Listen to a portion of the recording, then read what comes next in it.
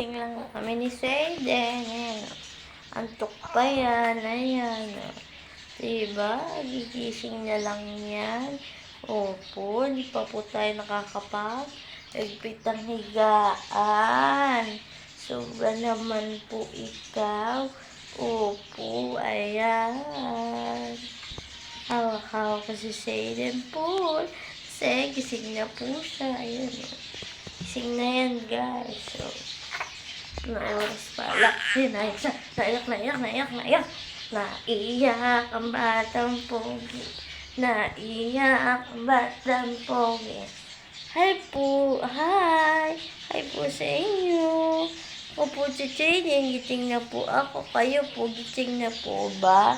Good morning po. Good morning po sa inyo. Opo. Ayan, guys. Ang aga na talagang gumising. Anong oras pala? Kaya bitin talaga ako sa tulog. Ayan.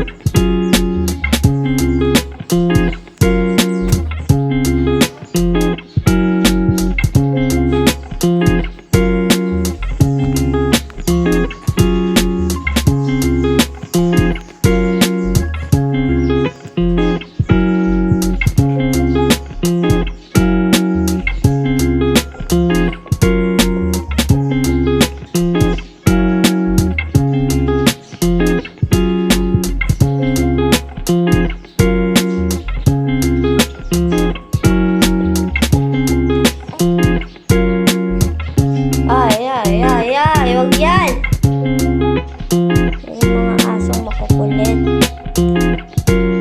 Sa update ko lang kayo ay naglinis ako ng bahay kanin. Hindi ko na yun na-upload.